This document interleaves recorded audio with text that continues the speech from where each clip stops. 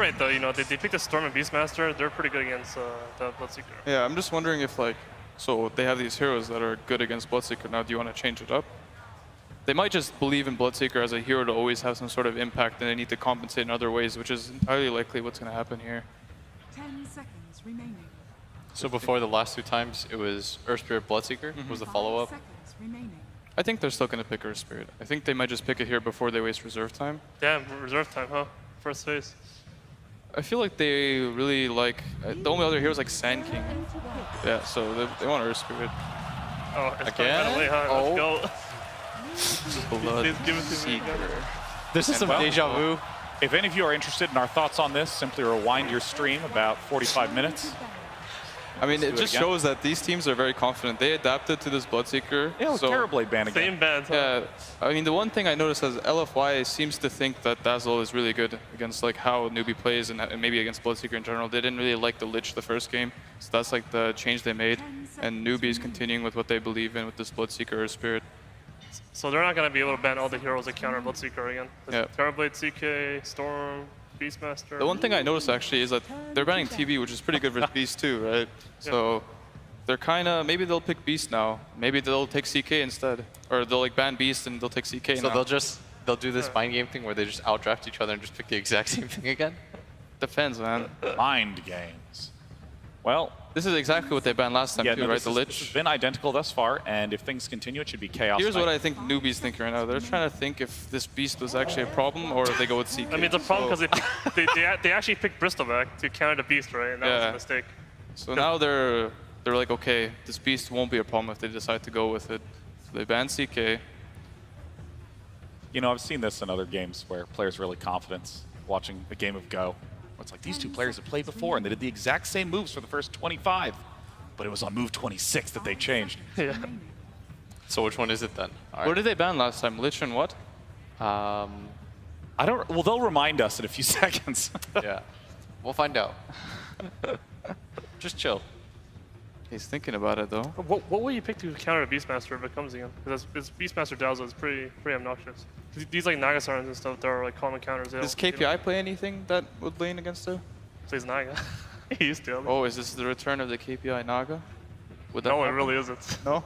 No, I don't think so. Bloodseeker Naga is pretty good, man. Yeah, it is. It's pretty good against Ice Stalker too. Yeah. I mean, they can do it if they set up for it, which is possible. That would be so ballsy actually if they did that. This is the same ban, right? I'm pretty sure it was a puck ban I last can remember time. this image. I actually remember this in my head. So. Yeah, no, maybe we're actually just stuck in a time loop, and we're just gonna What did they pick here last prepare time? for game 2 Groundhog over and Day? over again. Yeah. They picked Warlock. Warlock. They picked support. Yeah. Why would they pick Warlock against Ice Stalker? 10 Why- I mean, they were fully committed. I feel like they planned it out after the second phase bans, and the first 2 picks they planned out like, guys, let's just 5-man and let's take objectives together.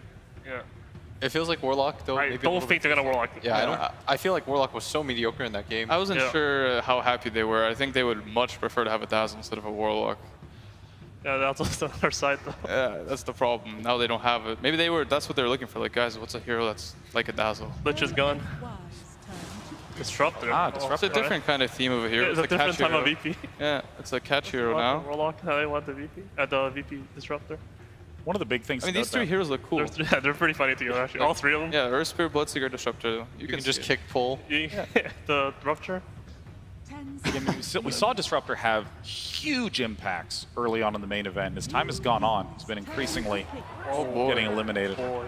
The downside of Disruptor is you can get aggroed really easily just because he's such a weak laner. You can't really zone people properly, and that's why LFI take this Bristleback. Like, imagine you're a Disruptor player, you're this 5 position, you have no items at all. You're just right-clicking somebody, Thunderstriking, hoping your carry helps out. 10 seconds remaining. He doesn't because he's Artur. What? Or do you think they're gonna pick one of those common Bristleback counters? It seems pretty awkward, right? Like Necro, Sven, Chaos Knight TBs. I could see Necro maybe. Okay. I mean, Oh, that's that- a pretty it's- common. In theory, it's a counter Dazzle? Bristle, yeah. But I just don't know how much I believe in this hero. But they won with it, right? So Wait, do you think it was the reason they won, though? Or do you think it could have just been any old stun in there?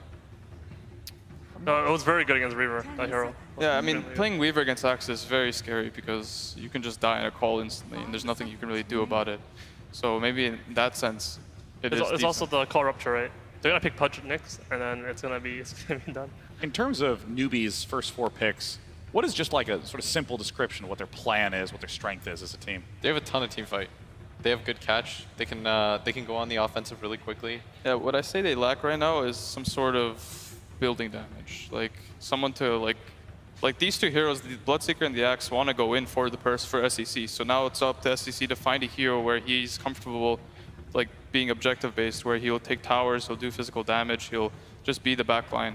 Sniper part 2? It's just, yeah. Sniper part 2? Sniper part 2 might be coming soon, boys. So just wonder what else he would play. Let's say they would just ban it.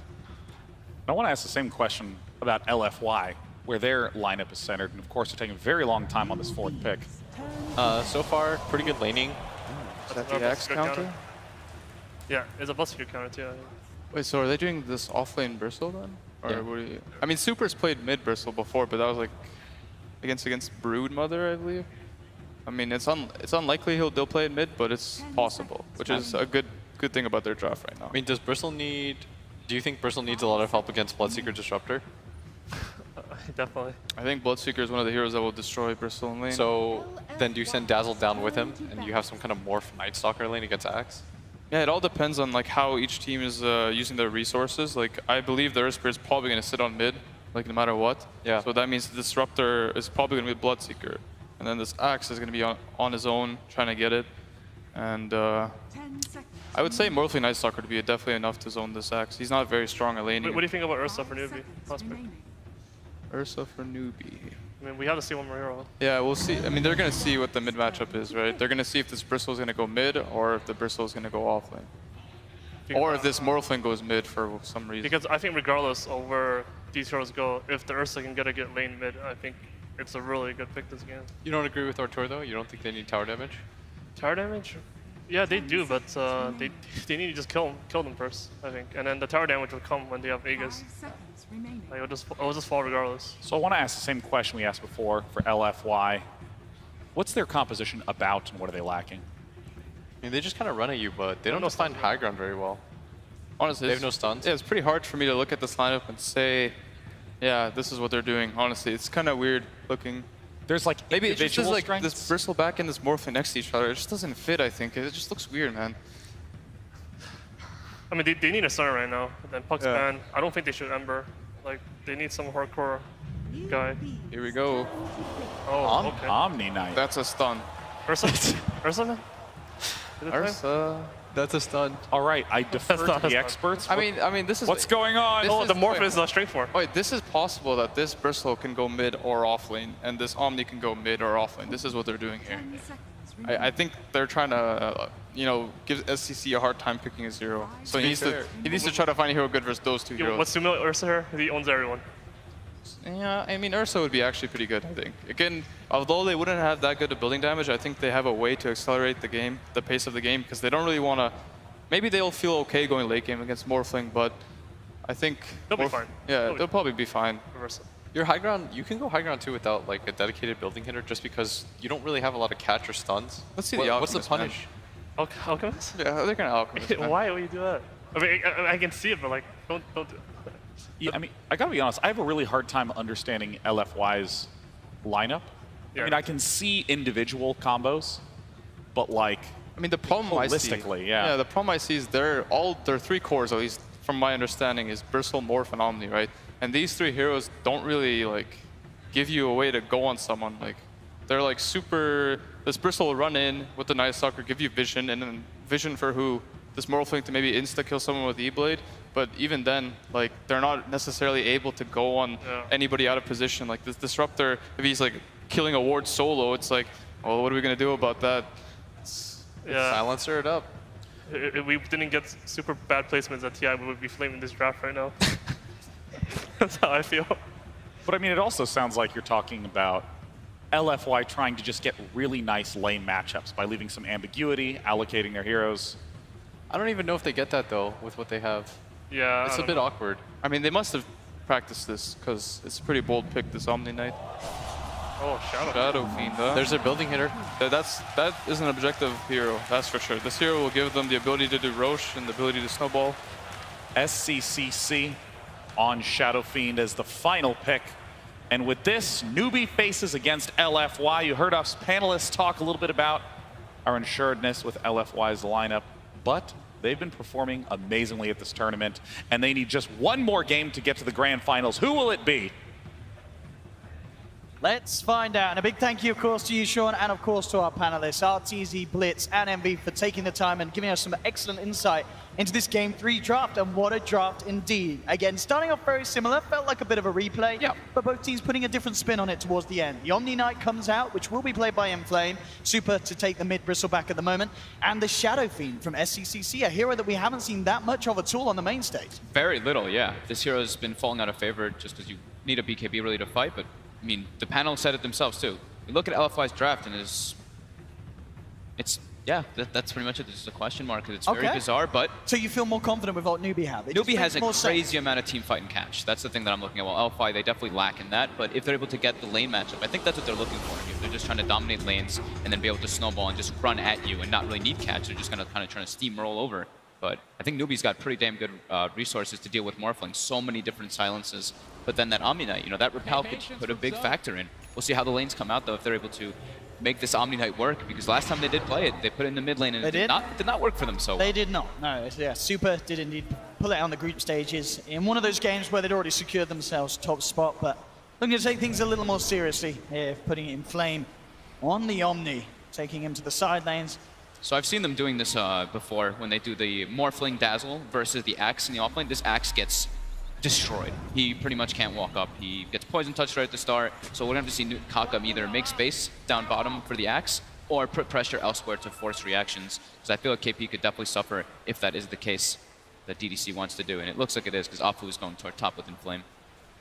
Yeah, and that definitely seemed to work out heavily for LFY last game, as we saw shutting down KP, getting rid of this beefy offlaner and making sure that he does not have the start that he needs. Shut down KP and try to shut down the Bloodseeker in the lane, because the mid lane, it's a Bristleback versus a Shadow Fiend. Bristle's just going to spam quills and farm, while Shadow Fiend also gets farm.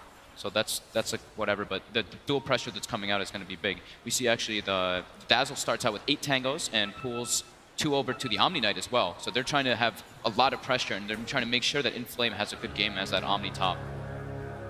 I mean, as you say, this bottom lane of LFY with the potential to punish KP. How does this top lane do with the Omni Knight, do you feel, against Newbee's safe lane? Disruptor is, like the panel was talking about, he's one of the weakest level 1 heroes. Just unable to really zone. His one zoning spell is high mana cost, and he's super slow and very squishy, susceptible to getting chased down. So the Omni Knight should be able to get a lot up here on Inflame, and that could be the big access point to their victory like we're talking about. That repel can be absolutely massive on this Morphling. They have 2 different ways to save him in the fights versus what Newbee does have. Mid lane as well. It's going to be very interesting to watch, see how these supports do as they look to harass each other. Kaka and Arfu KP actually getting at it. Really good block bottom, so he's going to get at least the first wave going toward his way, and he has the hard camp blocked up. Look at this already, very early aggression onto Super. Arfu will be there to keep SCCC off. Both supports really getting aggressive onto the enemy mid laners. The good old dual lane mids coming out. Omni Knight's already going to get everything top, and Afu understands that Kaka's also going to play around mid, so the mirror movement comes out. I mean, once there's a couple of levels on all the heroes in this mid lane, is there a pair that starts to climb ahead, or does it remain pretty close? It's all about the positioning of the lane, and if anyone steps out of position as well. I would say that the nighttime is the big one for Night Stalker. If Kaka makes one misroll step, he can get turned on very easily by the Void and Super on the Bristleback. Top lane, Mugi, feeling confident with the Blood Rage, CS healing it back up, farming right under the tower there of Inflame. So both offlaners are getting a decent start here. Here we go again, rolling onto Arfu. Kaka looking for the body blocks, does get the 2-man boulder smash. Again, Super getting forced right back. Double melee heroes right now is going to hurt if SCCC gets a good start for that raise damage. However, Super does have the bottle finished.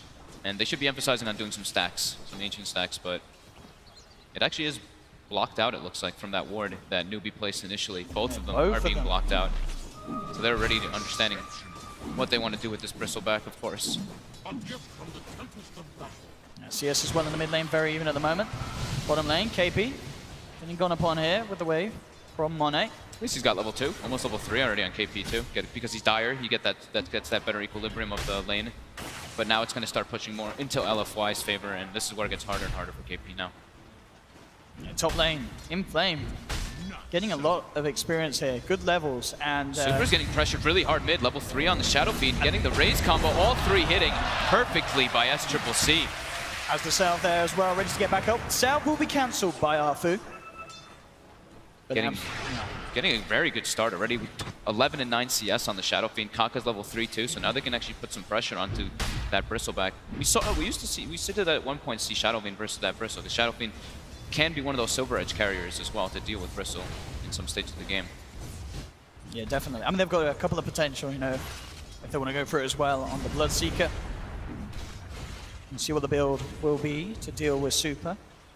But as you say, at the moment, the plan going nicely for Newbee, making sure that Super doesn't have an entirely free lane in that middle. Yeah, they have a clear-cut game plan, you know, with the wards that they place. They place one to block the big camp bottom, they block 2 Ancients, so they know exactly what LFY wants to do. Top lane, Inflame getting chased out, the Blood Rage should be able to connect here. Uh-oh. Easily brought down with that nice kinetic field by Faith. Yeah, whilst there's no point in that repel, certainly Inflame still has to be careful how far he comes out. Super's actually going to start. After that death, this is where the matchup becomes very hard now for Bristle. So Night Stalker actually doesn't even want to come near here because 2 melee heroes versus Shadow Fiend, you eat those raises. Every time you walk up as a Bristle, you eat 1. If you're trying to last hit too, you eat 1 raise to the face so you don't have your back turned. And off the back of this, the CS certainly going to start to split between the two of them. SCCC getting unlucky with the rune spot as it will be down towards the bottom. Nighttime hits, see what Apu's able to make of it.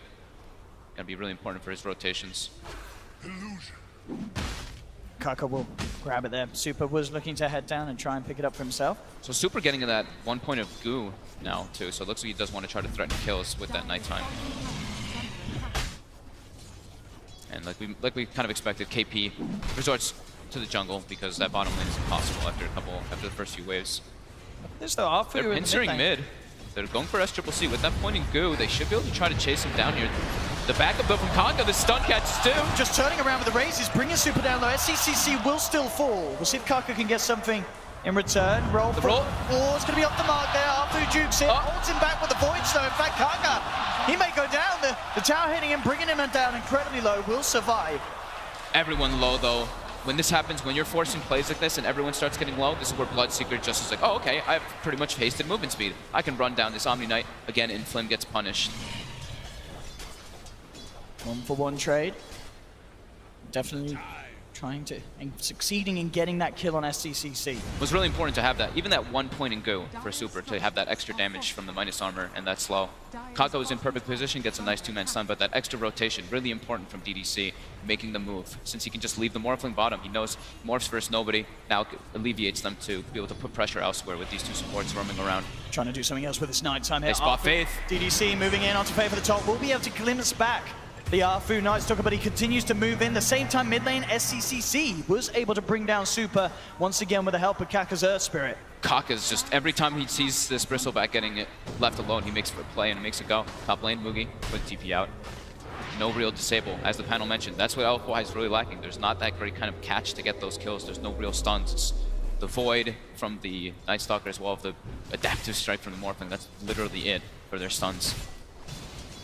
Newbee as well, using that time to get their first Ancient stack started there in their own jungle. Couple of stacks up now. The wards have died now, so LFY can also begin to do that Ancient stacking for Bristleback to start catching back up. He is quite punished by that Shadow Fiend in the lane with Kaka's rotation. Look at this as well. Bottom now, SCCC making an early rotation. Has a haste rune. Seems like it doesn't seem... I mean, he's still hanging around the neighborhood, thinking about where he's going to head. Top lane, Faith. That's going to be where the action happens indeed. Straight away onto the Disruptor, but he'll be able to take the loops back. Inflame. Still with this build, 3-0-2. Not going to repel. Try to cut him off, but the creep wave actually catches him.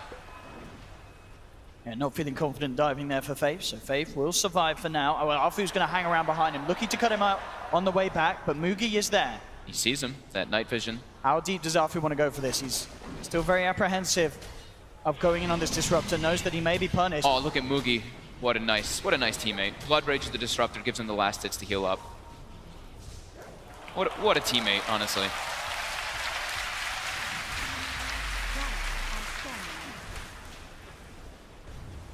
Mid lane Super and SCCC back at it. Still with the lead here on this Shadow Fiend. With the haste rune in the bottle, feeling very confident. Top lane, LFY looking for some action. The Newbee are there as a 3-man. Arfu's coming in with the wraparound, trying to go on to Muga, but already the blood right down on the ground. Inflame with the self-repel, moving in closer. The heal SCCC bombs TPing down. with the haste, though. And indeed, here he goes, he's ready to fight. Turns towards Arfu, that's going to be the Night Dog down almost certainly. To SCC, no, he doesn't finish it. Go back and finish that kill, son. There we go. Finally goes back for it, does take him down. He wanted to get more. Great TP by SCCC, that saving that haste rune from earlier. Able to react instantly to that aggression. So that first nighttime, not really the most successful by Opto. They got that one kill in the mid lane to help Super, which is very useful, but other than that, wasn't able to accomplish the greatest amount. But they tried to threaten, that's the important part. They were trying to pressure, and they at least got an Ancient Stack up for Super later on now. I wonder if they'll be able to do anything with this. You know, KP's picked up an Invis rune. There's no vision on that rune spot when he did grab it. He'll look towards the bottom lane. Very hard kill really for him to get on his own. Does need a +1. And he hasn't got any coming in at the moment himself. And in fact, Monet is the one to get some backup inbound. Radiant are scanning. So KP unlikely to achieve too much here with this Invis. They look like they knew. Looks like they knew that Invis was there though. That Radiant scan coming out from DDC in the mid lane looks like they were looking for an invisible person. They threw it on top of their high ground there, so they were expecting something happening. Super now continuing to stack up Ancients. Same thing with DDC. They know they need to accelerate this Bristleback in comparison versus the Shadow Fiend, but Newbee wants the pressure. They've got to smoke. It's not nighttime anymore. They want to get some deep wards down to watch those movements coming out. But look at this positioning here. DDC knows, though. Straight up, the smoke just gone. They're going to search up on the high ground. DDC using the trees to his advantage for the ball. Oh, gets stunned up. Beautiful kick there from Kaka. Will hold DDC back. He can grave himself by some time, but there's no one coming in for this Dazzle, who's all alone. Will be taken down. Another kill for SCCC. Max stacks now on the souls. Killing spree begins. Tanks the gank. Monet's able to now leave bottom at least, but that gives KP a lot more window to farm there. He's actually level 7 already on Axe with a Ring of Health. Pretty similar to the last time when they picked the Axe, getting to get that Blink Dagger to pretty good timing. And now they're going to be able to pressure this tower a bit too. And I think he stole a double stack as well on the Axe. Definitely already. I mean, you talked about the plan from LFY to be to, as you say, shut down KP in a similar method that they did in game 1, but game 2, sorry, but it's not happened this time around because he's the Axe, because he just has a bit better potential in the jungle early on in comparison to the Bristle. Yeah. He's kept himself in a, not in an amazing position, but he's certainly not falling too far behind. And in fact, mid lane, the setup's there with the Thunder Strike that looks to close the gap onto Arfu. The slow connects from Kaka as he rolls in. Boulder Smash as well, and with the kinetic field, Arfu has nowhere to run. SCCC getting another kill set up for him from his teammates. Bottom lane KP incredibly deep here. Does have the TP, and indeed straight out. Knows that there's no chance of him being held back. For the glimpse top, but the repel. Inflame will slip his way out of there. So they were trying to, make some aggressive plays to make space for Super farming those Ancients. He did clear out a triple stack, and we'll have at least the Soul Ring and the Ring of Health delivered. And he had a regen as well on the Bristleback while doing that, so he is very healthy to go continue that. So 7-1, but only a 1k gold lead for Newbee. Shows how much LFY is really distributing the resources. Morphling's been left alone bottom, just free farming. Bristleback resorted to those Ancients, of course. So losing that Night Stalker, losing a couple kills here. I think LFY is okay with that. Yeah, and pretty much the entirety of that lead being on SCCC's Shadow Fiend. Yeah, and as we touched on, he is going to be going for the Shadow Blade Rush on that Shadow Fiend to deal with that Bristle later on. Also just a natural item that people do like on Shadow Fiend anyway. It's not just Bristle. So Super clearing up that next triple Ancient stack, and with the Vanguard online, that's where they're going to feel a lot better around this Bristle. Also gets the level 10 for that 8 strength bonus. So he's very, very, very durable now. KP, 600 gold away from Blink Dagger, so that's going to be incredibly good. This Axe pick is actually pretty cool, even though it's a hero that we haven't seen in favor so much, but this time it's versus Dazzle and versus Bristle, so it's like pretty much the dream Axe game for killing people. And we certainly saw how well KP can perform on this hero in game 1. Yep. Bit of a kick there onto Faith. Faith not too happy with that one. He takes a couple of hits from the tower there. That'll be a report. Bottom lane, KP. Take a fairly sizable heal bomb. Poison touch on him as well. We'll go straight for the TP out. Down bottom, Kaka on the chase down for Super. See if they can set up the vision for the Trying glimpse. to get the Order smash, glimpse. yeah, will connect, but they're a little too deep there for Faith's Lightning, and Newbee will back off. They can't fight around the Omni Knight is the big thing. If LFY has Omni there, I don't think Newbee can take those unless they have Disruptor ulti or they have vision of where the Omni Knight is positioned. And they do have pretty damn good vision so far in this game being placed out. And the Sentry Ward actually off the mark from DDC, thinking it's on the high ground. Radiant's top tower. So that one also does not block the Ancient Camp, but it will watch whenever they are making those rotations through that jungle. Bloodseeker, been left alone for quite a while now. Mugi just farming top, going for that Radiance build as we've been seeing so common. Now they could go for some pressure here. I think, is the tome being delivered as well? It is. So Faith is going to have level 6 on Disruptor, and with the Shadow Blade timing, they could go for something here. SCCC looking to set up with the Shadow Blade. And they get a glimpse. Looking for Super.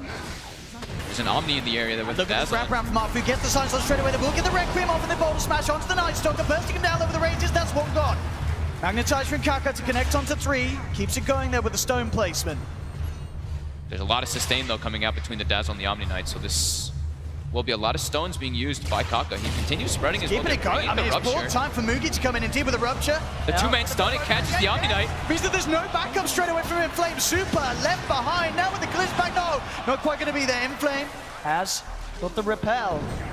Now kick forward. Mugi trying to close some sort of a gap onto Inflame, but he'll keep the distance. KP with the wraparound has that blink. He's going to be hunting. They know that Inflame's still somewhere in the neighborhood. Now they're going to vision back on him. There's the jump in for KP. Sets up for another.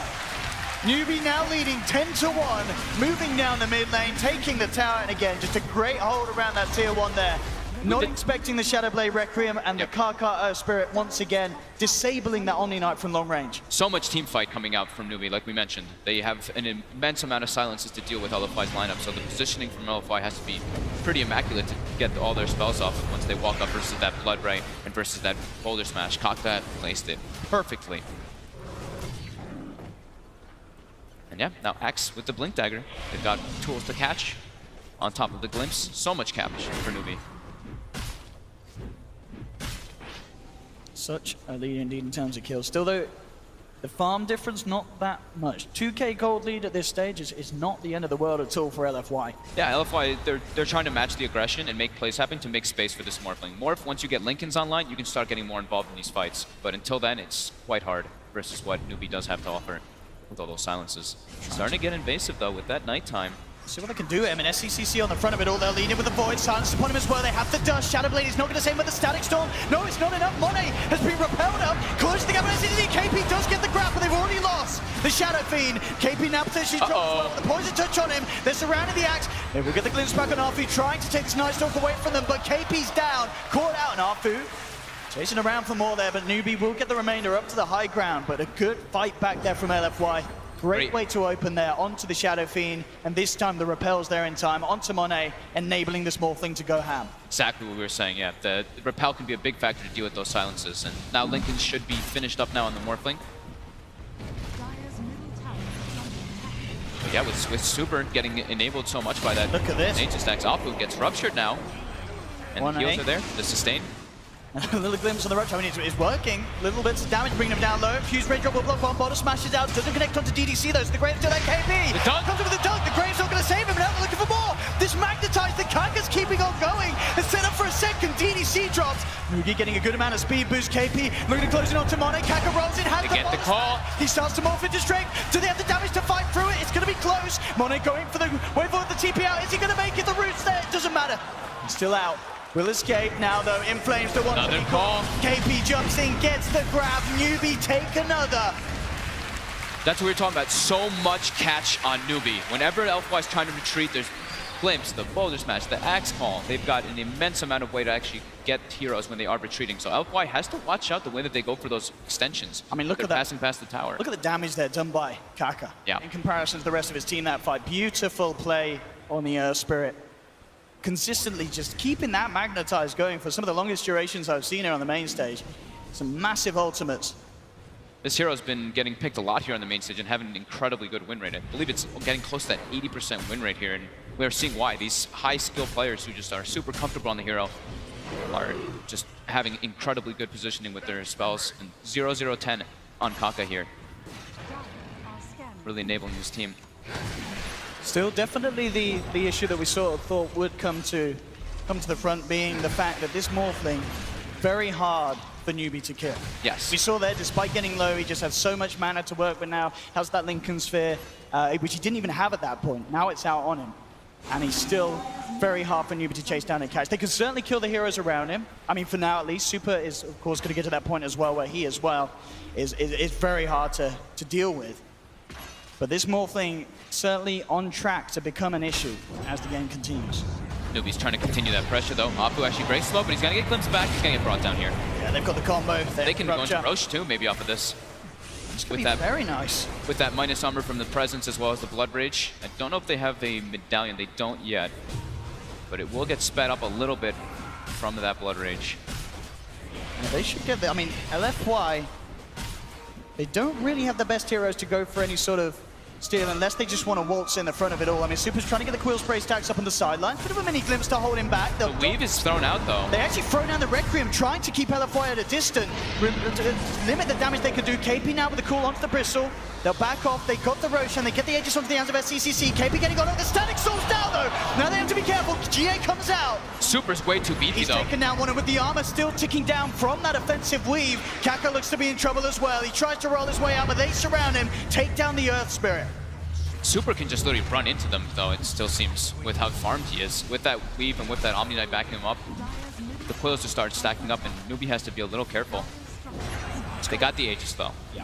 And it's Mugi is not really a hero. Like as the Bloodseeker, he gets damage through the fight, of course, because that Magnetize spreading, but doesn't have any item because he's going for that big build-up. So now the Relic will be acquired by him, and he will be becoming more prominent in those engagements as well. As Triple C is actually not building into the Silver Edge just yet. Still, looks like he's going to be going for the Bloodthorn after the SNY. And the SNY, of course, at this stage, very nice to have in these sort of fights where you certainly do need a bit of beef with this Bristleback running towards you. I think it's okay. He switched it. I was like, he's pretty weird when he's going for a straight. Oh, well, rather than the Blood. Yeah, he's going to go for the Silver Edge. But yeah, I love the SNY build because he knows that the Bloodseeker is going for that Radiance build. So you want to have that mid-gamey fight from your Shadow Fiend while your Bloodseeker's building up. So definitely good choice for him to go there, and they're keeping their aggression on. I love this as well because KP could find a good jump off the back of this SCCC, giving the vision with the Shadow Blade jump in straight away onto it, playing with the Requiem. Goodbye Omni Knight. Question is, can they get anything more? Offensive weave comes out onto SCCC and Faith, so they start to back away. Super trying to close the gap upon him. Monet on the top, looking towards the act, but the glimpse is there. Looking to send back the Night Stalker. Super though continues to move in. The Quill Spray stacks building up. KP again with the call. The Static Storm. The Static Storm's nice. They will be able to walk Monet out of it though. The kinetic field does not keep him trapped. SCCC back with the Shadow Blade, seeing if he can get himself back and involved. Boulder Smash connects. Dazzle's there though with the heal. KP on the side gets the call onto the Night Stalker. Arfu gets dunked down. They'll pop the Shadow Fiend once. He is going to be ready to come back for round two, and Super's falling incredibly low here. Super gets taken out, and DDC as well no longer has the mana to pull off the save potential. As Newbee may lose the Aegis, but they certainly take the fight there, even killing off Super in his incredibly tanky state. There are huge amounts done there by SCCC in that fight. Yeah, fight just starts lasting too long, and the immense amount of disables, and like we mentioned, like the fight from Newbee, they just have so many ways to lock down and kite that Bristleback. Great way to start as well. Just getting that Omni out of there. And then Super, it looked like Super was just on the verge of just going absolutely ham, but somehow Newbee, they keep everyone alive. As we can see here, the stacks building up. SCCC as well stays back to play around with the Dazzle. This Storm saved KP right there. They were able to build the distance there, and that's where they were able to get like the number advantage mostly. So it's been a 4v5 throughout all this, and then just the lockdown. Look at that, the stun's coming out. KP's able to isolate Apu on the side, and the fight gets so split up they have to be sure to take out the Aegis, but then the Rupture starts building up, and you see Bloodseeker. As the fight progresses, those fights taking longer and longer, the Thirst becomes absurd how much damage he gets. I want to say he had over plus 100 something damage on top of that Relic. Yeah, the stacks look to be at maximum, yeah. Certainly with the amount of low health heroes that there were for the duration of that, but 18-5 now, 6k gold lead. Newbee looking incredibly strong at the moment here in this game 3. They're going to have Silver Edge too, to deal with that Bristleback in the further situations. Alfu on the hunt. He's actually coming into this one, but there's 5 heroes here. He's got to be all alone. KP jumps in, grabs the Night Stalker. There is backup on the way from LFY. First heal to be popped out onto Alfu. Super contemplating about leading into this one, but Kaka just rolls forward, trying to make a go on it. Inflame's down the low ground, just get the magnetize out, stuns the Omni. Static Storm and Kinetic Field as well, holding Inflame back. He can't do anything. The Grave will come out to Super, but that's already both of the healers out. At the same time, though, Super's manning up, takes down 3. KP's still alive, though. Silence onto Monet to hold him out. A 3-for-4 trade at the moment there. Monet will escape. 2 alive left on the side of Newbee, both Mugi and KP. The bristles damage there in that fight. 4,961. Monet comes in to try to clean up at the end there. Gets a couple kills. Pretty nice. And this only happens. This could have been really bad for Newbee here. Oh, but absolutely. This by Kaka. The stun on the Omni Knight, then the Storm by Faith right on top. Just on the tip there. Can't quite get out of the field either. But look at the weave. Everybody's kind of weaved up here, and the quills start adding up. Cards start stacking really heavily. You see SCCC as well. His armor who's ticking down. Monet comes in and just able to clean that one up. And the E-Blade is going to be coming online in quite fast succession for Monet. About 800 gold away from that one now. Yeah, that definitely is the scariest thing I feel in this game for Newbee. The fact that even though their own cause are surviving, it's still that you look towards this morph thing. Monet hasn't died once, and as you say, he is still hitting that timing that he was hoping for. And when you're sure, you look towards SCCC, he's got a lot of health going with the stats from the SMY, pretty much does have the silver edge, but with no BKB as such, he's still a bit of a liability to being nuked down very low by that E-Blade combo. Smoked up. They want to try to go for mid here. Ooh, gets the quick blink out though. They wanted to wait for Super to be closer on LFY to make that move happen. Because they do have the replicate with that smoke, so they can always have the Morphling jump in and join the fray. Towards But now Super in the mid lane, they're jumping They've got the silver edge. They've got the blade mail as well. With the silver edge hit, he is gone. Don't come down a little too early, doesn't matter. That's Super down for 50 seconds. The rest of LFY looking to get the heck out of there. They will do so. The remainder of the smoke used to just get away from Newbee. Top lane though, pushing in. Arfu, he is going to show himself. He's going in for the tower. He's going to try and get himself out of there, and it looks like he will not. Got the glimpse. The vision's there for the glimpse. Beautifully played into the tree line, and he will pay for his sins there as they take down another 24-8. Blood certainly being spilled in favor of Newbee here. So many kills. But still, LFY very much in this. E-Blade is done now for Monet. The Morphling's the one. It's going to be a lot of eyes on the Morphling. If Super's still pretty damn tanky. Still took quite a while to die, even though he was silver edged up because of that solar crest hood. So as long as he can tank for that Morphling, the Morphling can still go pretty ridiculous in the fights. The Replicate is also pretty useful on both the Shadow Fiend and the Axe. And even on a Bloodseeker with a Radiance. So Replicate can be putting a big factor in a lot of these team fights later on if he does have it up. Mech finished up on it in Flame, going for that Guarding Greave. When he has that, it's going to be way easier for him to be sure to get his spells off, to not worry about the Blood Rights and the Geomagnetic Grip from that Earth Spirit. Still has to watch out for the Static Storm mostly though. So probably Guarding Greaves into some type of mobility item coming up next on the Omni Knight. Got the Force on KP as well now, so can look to utilize that sort of Berserker's Call into trying to just displace the members of LFY whilst they're ruptured. Yeah, KP's having an excellent game. After, like, of course, the lane is pretty hard for an Axe, but he got good blink timing, and he's 6-2 and 7. Good lane though, Newbee smoking up. As for, they'll get the scan there. They know that someone's waiting for that bounty rune, but here they go. How are they going to go in on this one? Straight away with the silence into the Berserker's Call. That's the Omni down. Great awareness there, checking out to see if someone was waiting for that 26-minute bounty rune drop. They get the kill off the back of it, down for 40. And the stun catches DDC right on the tip. Silence as well. He's a little far away, they're trying to close it. They have the glimpse up as potential. DDC's trying to make they've space. Got the Yule set up, that'll be enough. With the kinetic field down, KP's there as well with the call. That's another for Newbee as they keep this train a-rolling.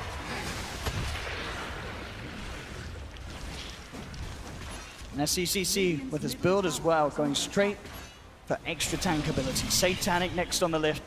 He knows that the damage is there for his side. As you said earlier with the SMY, it just continues to this point where he just has to keep himself alive. He gets a call. Beautiful little force play. They've got the Silver Edge break hit as well. Can they kill him though? He's down to half health. Backup's coming in. The Static Storm, the Geomagnetic Grip. They get the glimpse too.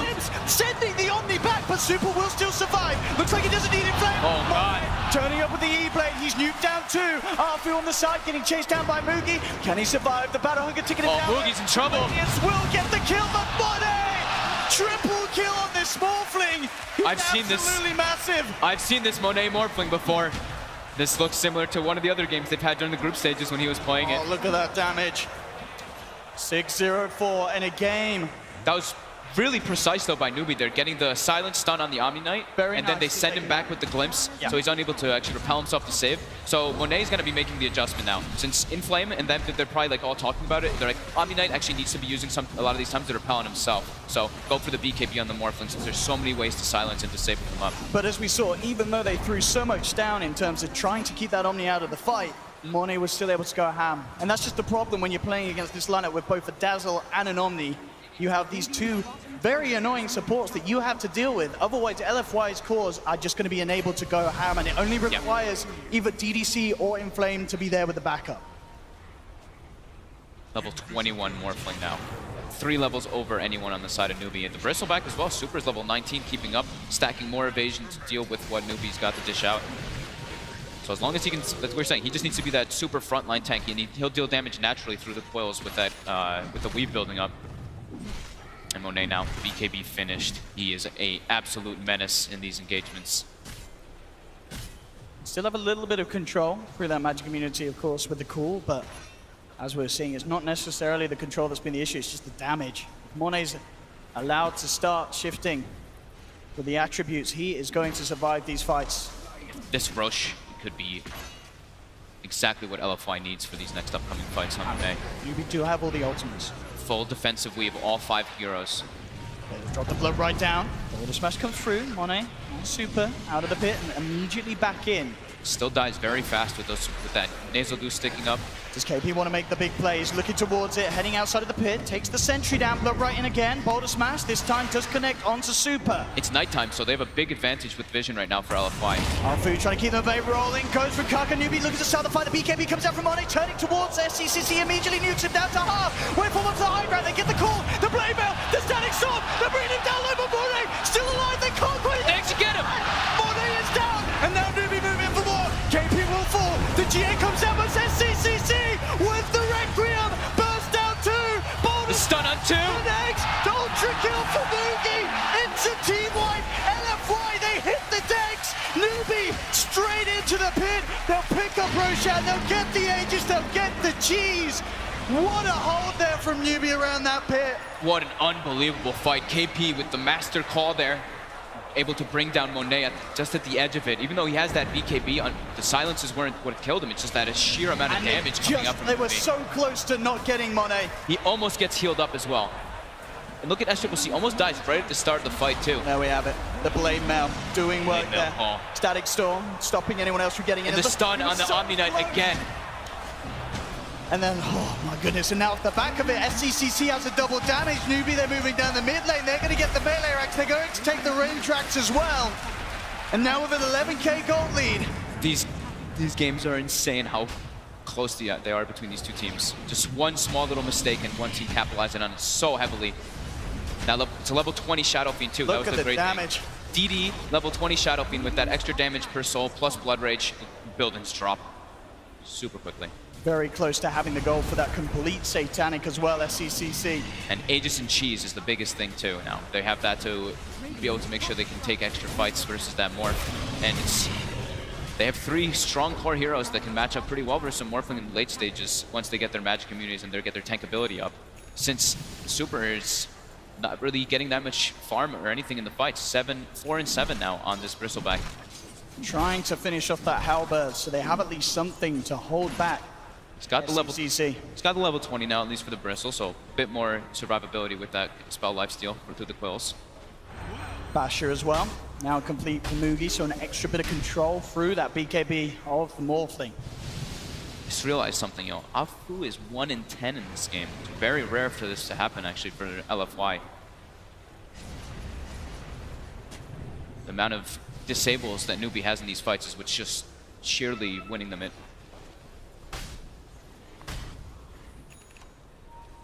As the Satanic Newbee, some massive iron pickups. That halberd, though, you have got to keep watching that. That could be pretty massive. If they're able to disarm SCCC when he goes for the Satanic usage, they could catch him off guard, and they certainly can still bring him down. We've seen in these fights, as long as Monet and Super are able to grab their hands and get it straight onto SCC's Shadow Fiend, they can bring him down. But bringing him down twice is certainly going to be a big ordeal. And Mugi's also a big issue now. We saw him get the ultra kill in the last fight. He's just running around. 12, 1, and 11 on the Bloodseeker with the cheese as well and Basher. So he's got that extra lockdown that they can use. And eventually will be an Abyssal. Look at this as well, LFY, they're coming out.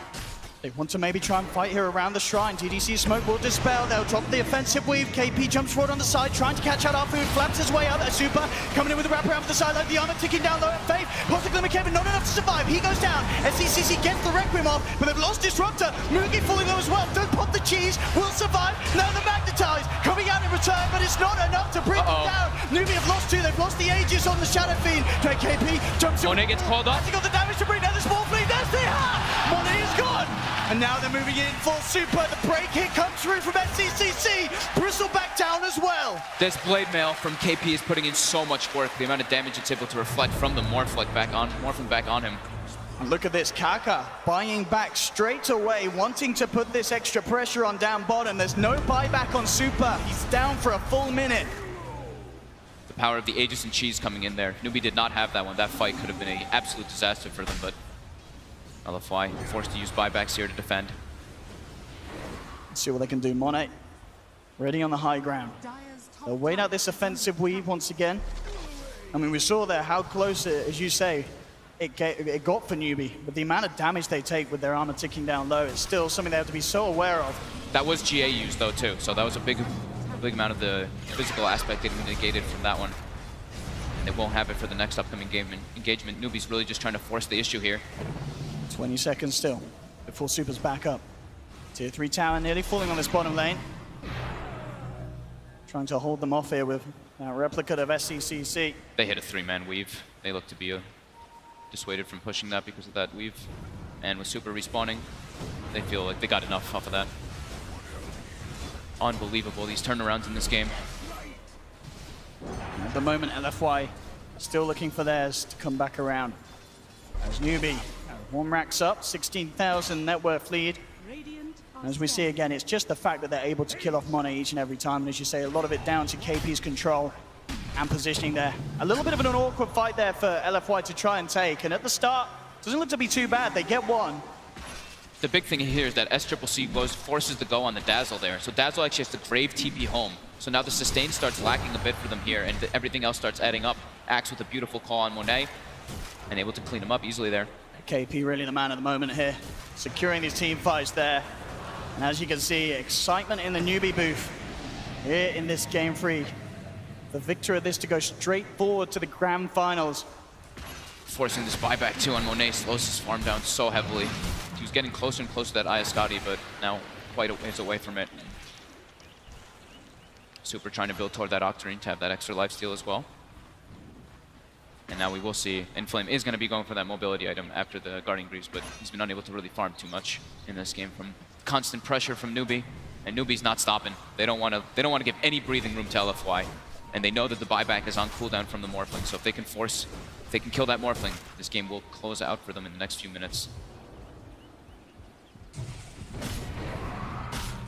And just sweeping down through LFY's jungle. Potentially getting in position down bottom to push in. But it could be a bit of a waiting game. Aegis, Cheese, Newbee know they have control at the moment. Certainly could wait it out for that. As there, at this point at least, seems to be no real reason for them to go too crazy with the pushes. They have this very strong lineup. They have control of the map. They can keep this one going for a while. Exactly, yeah. Just farm as much as possible. They know it's pretty much only going to be the Morphling who's getting farm in all this, since the other lanes are going to push in, and I mean, Bristle and Morphling will be the only ones getting majority anything, but mostly just Monet.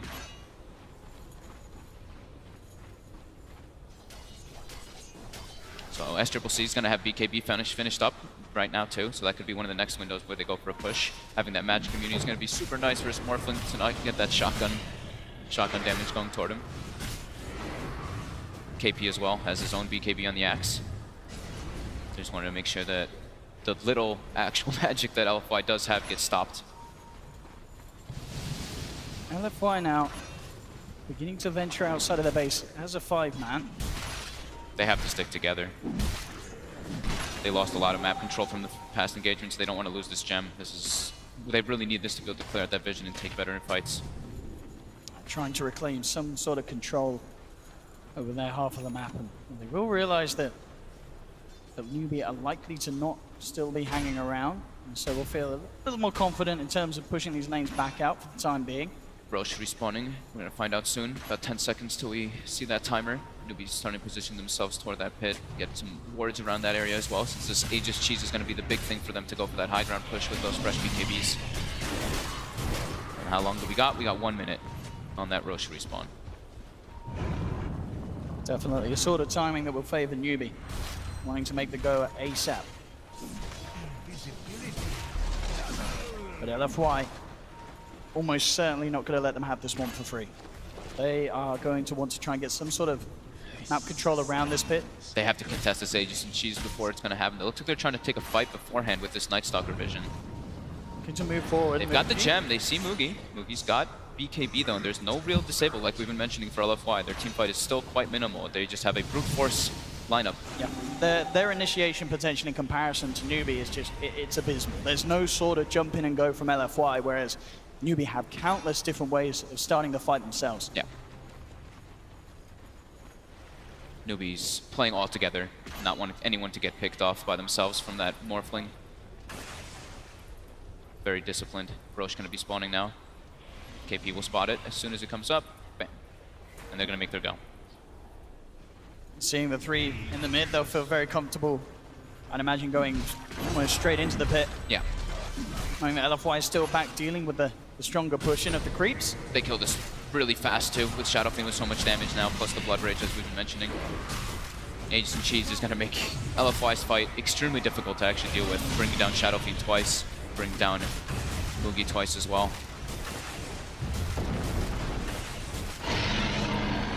There we have it, Cheese. Into the hands of Mugi, Aegis. There for SCCC. Very disciplined now for Newbee, not wanting to make any mistakes to try to let LFY come back in this game. This Morphling is still quite farmed, about to have Eye of Scotty finished up very soon. But the Bristle and the Omni Knight are the ones who are falling quite far behind on LFY. It's pretty much all up to Monet in those engagements to be the carry. And the dewarding comes out. Newbee knows that LFY got a little bit of freedom to get out of the base, so with that gem on Kaka, just take out a couple wards. Solar Crest complete now on Kaka as well, so...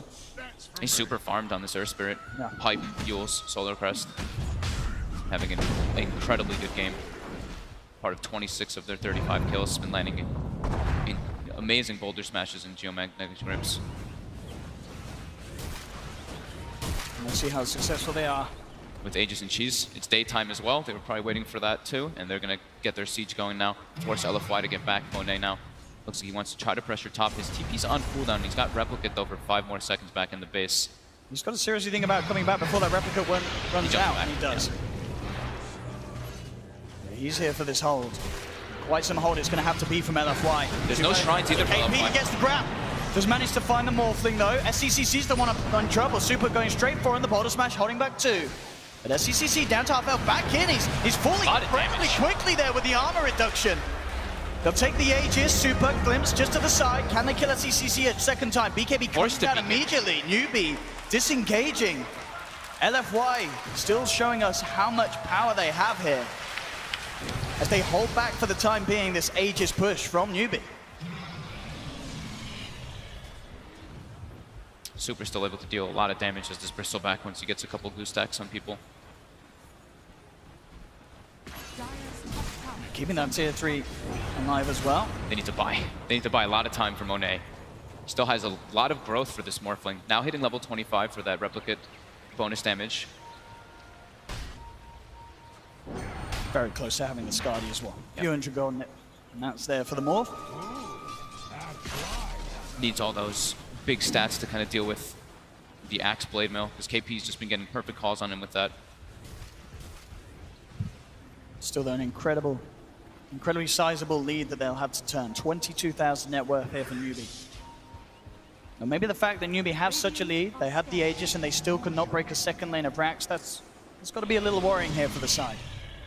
And very good news for LFY. They still have to play it very smart, yeah. The Morphling can still go out of control.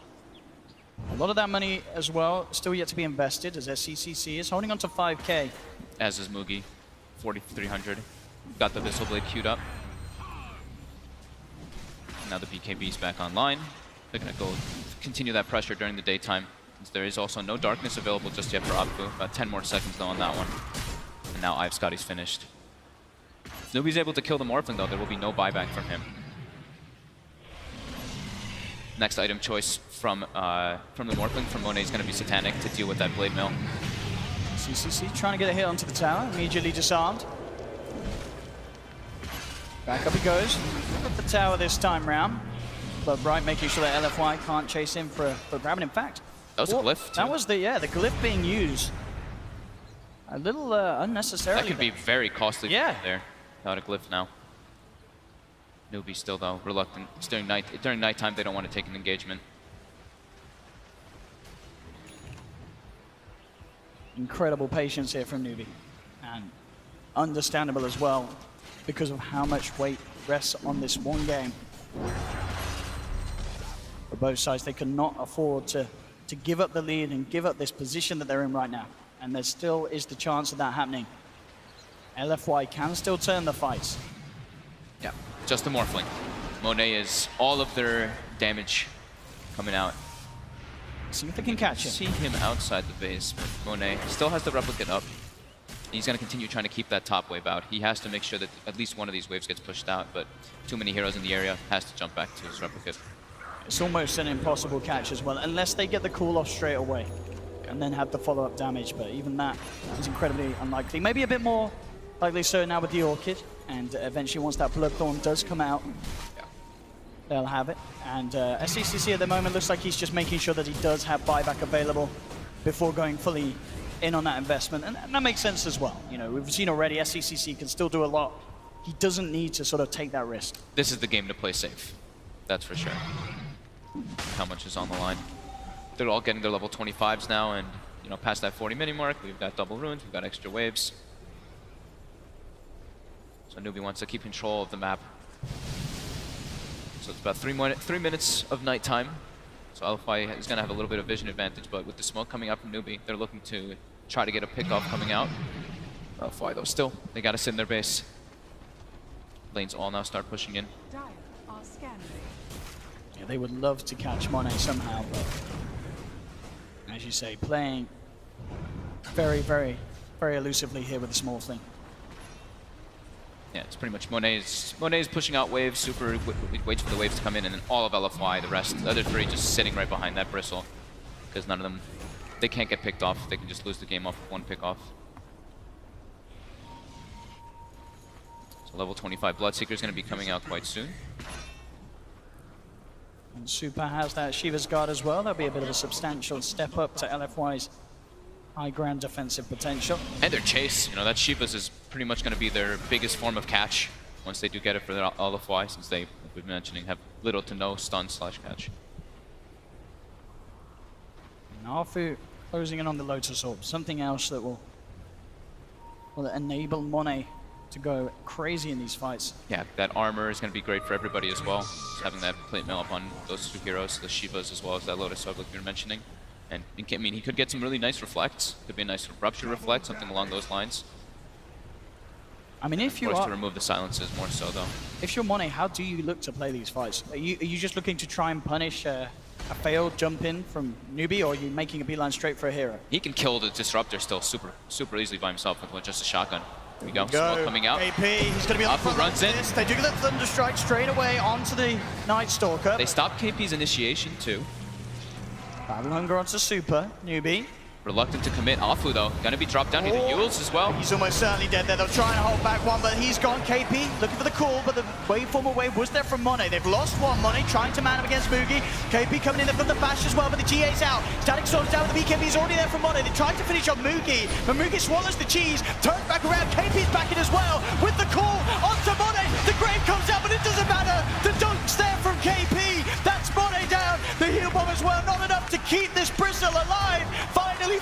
Super loses his life as well.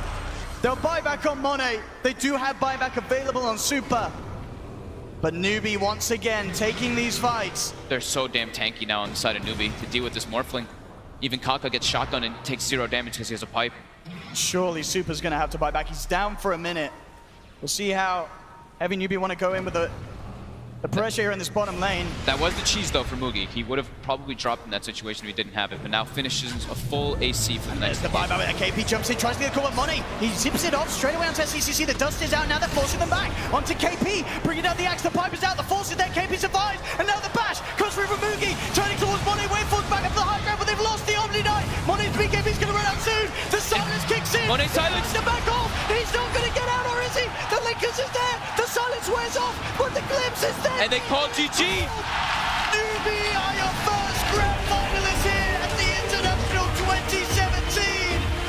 They put a stop to LFY's unstoppable reign as it seemed here in the upper bracket. Newbee knocking LFY down. What a KP victory. coming in super clutch with this axe. That Absolutely. blade mail pickup is what turned everything. It looked like LFY might have a chance to kind of come back into it, but then as soon as that blade mail is picked up, that fight by the Roche, just able to pretty much kill Monet on himself. Super impressive. And just their sheer lockdown coming out from Kaka. Just this Earth Spirit performance has been impeccable on this main stage. Every single time that boulder smash or geomagnetic grip catching out at least one of the back lines. And Newbee, your first finalist, Faith, one step closer to Yep. becoming that two-time TI champion. They've got to be feeling so happy taking a win like that over LFY. Like we were talking about, these two teams know each other so well. LFY has the slight favor over Newbee as far as we know in the recent performances, but now here at the big stage, Newbee comes in clutch. And SCCC's performance as well. Getting that Shadow Yeah. Queen at that last pick. We saw him do so much in terms of mid-game damage, but it's really hard to call who you'd say was the MVP there. You say KP playing his mind off on that axe, and then the Spirit as well. Yeah, those two. It seems like I feel like I keep going back to that. This offlaner and 4-roll are the ones just coming in clutch in the majority of these games. It's very impressive to see coming out, and Newbee really happy with themselves now. Absolutely, and a great patience up to the last moment as well. Saving everything for that final push, getting every item together, even waiting on the Assault Crest as we saw from Mugi. And no stopping them at that stage. Everything for LFY in terms of hopes was sort of rested on the Bristle, on the Morphling at that stage, but they just weren't quite tanky enough to deal with that sort of effort and that push from Newbee. And very rare to see, Afu having such a hard game for himself as a Night Stalker, ended up 1-12. They tried, but Newbee's lineup overall, that heavy amount of team fight to be victorious. Well, we'll certainly see more from LFY down in the lower bracket, but Newbee, ladies and gentlemen, your first grand finalist here at the International 2017 as they take LFY down 2-1. Back to the panel now after an incredible winners bracket final.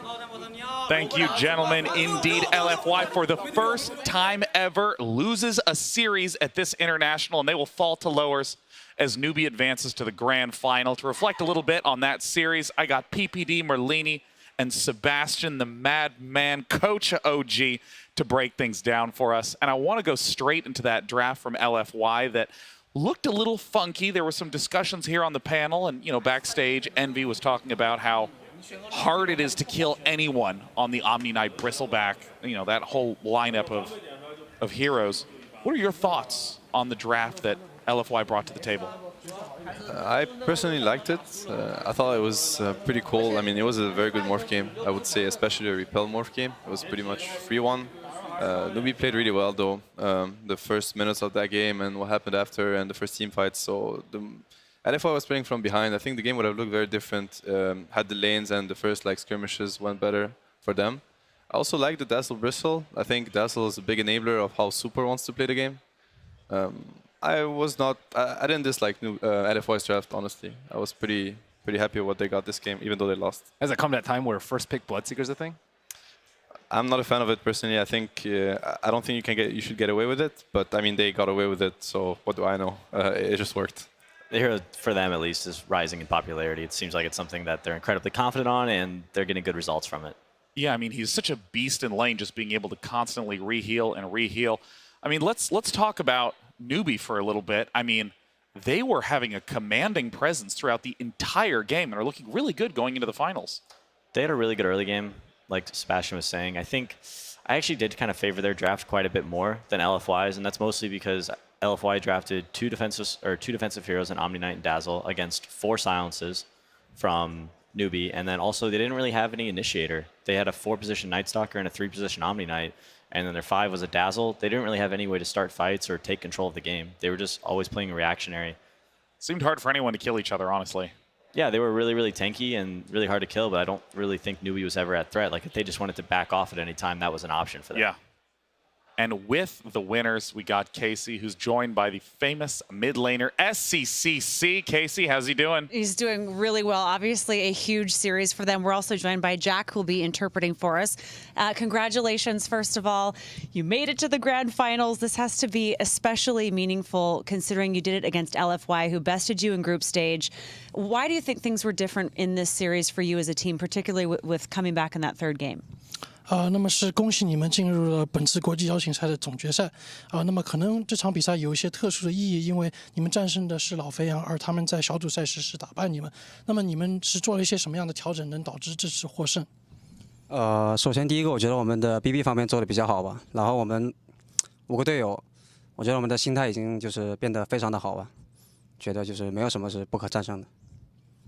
Well, first, I think in terms of drafting, I think we did a really good job this time. And as far as our 5 players and like our own like mindset and how we feel, like I think we've pretty much gotten that in order. And like nothing will, you know, we feel like nothing can beat us at this point. Shadow Fiend is one of your signature heroes. We haven't seen it from you until today. Why do you think this was the right time to play it? 就是影魔也算是你的一个绝活英雄那么就是好像整个小组赛你没用过，为什么决定最后一片刻在这场比赛拿出来？ 首先的话，就是我们最后一把的话，可能就是选择的英雄的话，可能没有那么多。然后只是我自己觉得我自己的影魔打得非常的好吧，然后我队友也非常的信任我，然后我和他们说影魔，他们都说觉得可以，然后我们就一起选了这个英雄。I don't think we had too many choices left for the final for the final pick, and I feel that I feel very confident in that I played Shadow Fiend very well. So we discussed it with our teammates, and they believed in me and they trusted me, so we brought it up. And it sure paid off. So congratulations. Grand finals are tomorrow. If you had to pick, you could have any of the remaining teams as your choice. Who do you want to see? Who do you want to face in the grand finals? And what's your mental approach to tomorrow? 就是再次恭喜你，然后明天总决赛，你们要是从3个可能的对手之中选一个，你们会选择谁？而且你们会如何去为明天备战？选的话，我觉得这个就是作为我自己来说，不是我选就能决定的，还是看他们自己的就是这种。 打得怎么样吧？然后我们备战的话，就是我觉得我们就是，不管你姓什么、名什么、从哪来到哪去，我也不管我是输还是赢。我现在想的就是我们要放开了打，谁来我们都不怕。 So as far as picking opponents, well, obviously I can't really decide that. They'll have to play out and determine among themselves. But as far as preparation, it doesn't matter what your name is, where you're from, where you're coming and going to. Like we have to be ready for tomorrow. We're not going to be afraid of anything, and we'll absolutely be ready. We're looking forward to it. SCCC, congratulations. Jack, thank you again as always, and we'll send it back to you guys. Thank you, Casey. Thank you, Jack. And of course, congrats to SCCC, who is the match MVP because on Shadow Fiend, he murdered. Oh my God, his Shadow Fiend was terrifying in that game. Not here we see that much, but having a ton of success here. It's something that he used to play all the time when the hero was very, very popular, but bringing it out at TI in the winter bracket finals. Good amount of votes for Kaka and KP. I think Kaka really secured SCCC's early game, killing Super a few times. I mean, this guy is a great SF player, probably one of the best. I mean, my favorite SF player by far. He understands what the hero needs to do, and like he pressures a lot also when he plays it. And I mean, he got a great matchup, SF versus Bristle. Like Bristle mid doesn't care so much about like a lot of heroes, but SF is a really rough matchup for Bristle. You got to be careful when you pick a melee for mid. There's a lot of matchups that you can be very, very abused. I mean, it's also really nice to when that Shadow Fiend was picked in 5th. I mean, there were already a lot of sort of intimidating threats that were set up from Newbee. The fact that, they have the Disruptor, Bloodseeker, Earth Spirit all just bombing in constantly. But Shadow Fiend is such an intimidating late game tower hitter. Yeah, I like kind of comboing him with the Bloodseeker. I really, obviously Bloodseeker's having a ton of success, but I don't think it's your one carry to win a game. So having like a Shadow Fiend's also not like the hardest carry, but he's like a pretty hard carry, and I think he complements Bloodseeker in that way. They both good constant stream of damage. Yeah, I mean, Bloodseeker is definitely an enabler. Like, you're running Bloodseeker with another hero or against a certain hero to shut down what they're trying to do, but it is, like, exactly what you said. It's not a hero that's going to go in and win the game by itself, especially when you first pick Bloodseeker. It's probably why it's also okay to first pick it, because first face it at least, because it's going to get a good laning phase no matter what, very strong laner, and it's not really there to win the game. So, I mean, they can try to counter it, but it's pretty pointless, because then the SF comes and it's a Bloodseeker SF now. And if you didn't address the SF and you kept like trying to counter the Bloodseeker, you're actually in a really bad position when it comes to drafting. I mean, do you think that there is a different way that LFY could have played in that match? Because, I mean, again, we had skepticism on the panel previously just about the drafting phase. Of course, there's always options, right? Yeah, you can always be Captain Hindsight. Obviously, what they decided to do was not the best way to play the game, or else it would have gone better. Ben, like, what do you think is like the solution to this Bloodseeker pick? Is it a ban? I don't actually know. Maybe just not let him in not leave him in a 2-on-1 or a 1-on-1 situation. I think he's really strong in 1-on-1, but 3-on-1 or 2-on-1 he struggles a lot. So maybe aggro try. Yeah, he doesn't offer very much in lane. Yeah, he wins like I think every 1-on-1 matchup, even like versus the tough matchups like Timbersaw. I think he beats pretty badly. Axe I think he does pretty well against, which is typically like a no-no for any melee. So if you can't beat him 1-on-1, you have to do something else about it. Yeah, I mean, it'll be interesting to see how the Bloodseeker picks develop, because again, Newbee guaranteed to be in the grand final at this point. Now, there are still matches coming up today.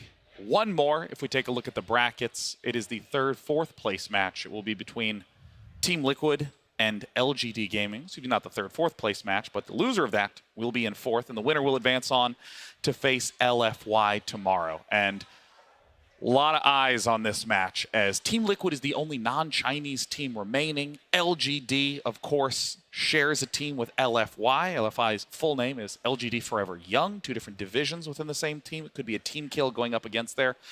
And keep in mind, tomorrow is the last day of the International. So whoever is in that lower bracket final will have to play that and then play the grand final immediately thereafter. So really draining day. That is a huge advantage Newbee's going to have. I want to pull back to Team Liquid LGD. Thoughts going into this match? It's going to be a very hard match, obviously.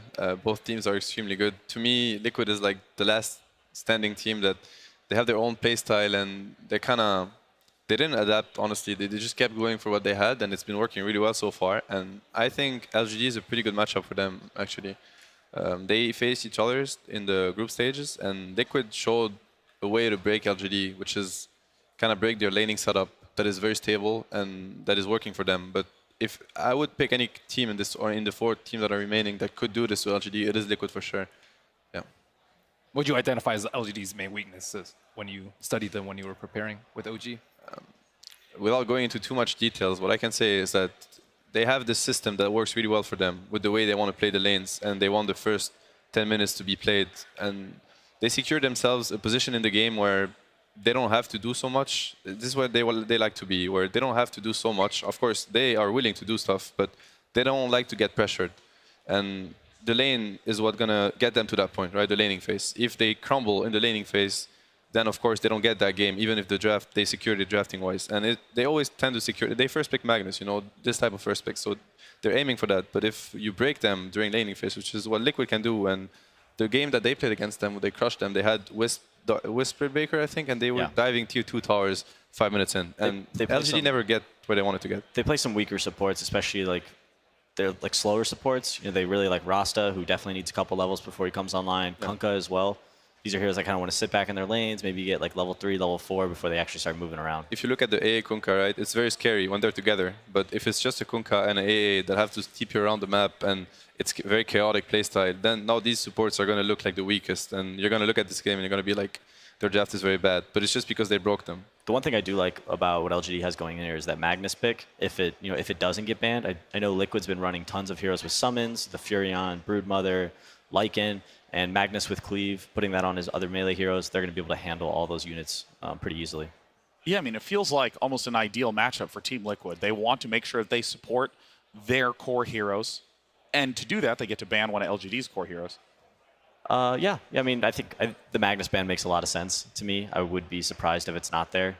Maybe Liquid has a plan for it, but the games where I've seen Liquid having success is, I think Magnus would totally counter what they're doing. At the same time, I'm looking at what Liquid can do. I think Liquid is one team that can play extremely fast, and Magnus doesn't really like that.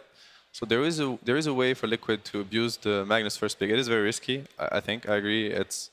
We didn't go for it, for example, but I think Liquid, they have certain ways. I mean, we'll see what they do, right? But they have a way to play way too fast for Magnus to even have an impact in this game. By the time he gets a blink, what if Liquid already secured themselves an Aegis, for example, and then you can't fight into it anymore? They have ways to deal with it, I would say.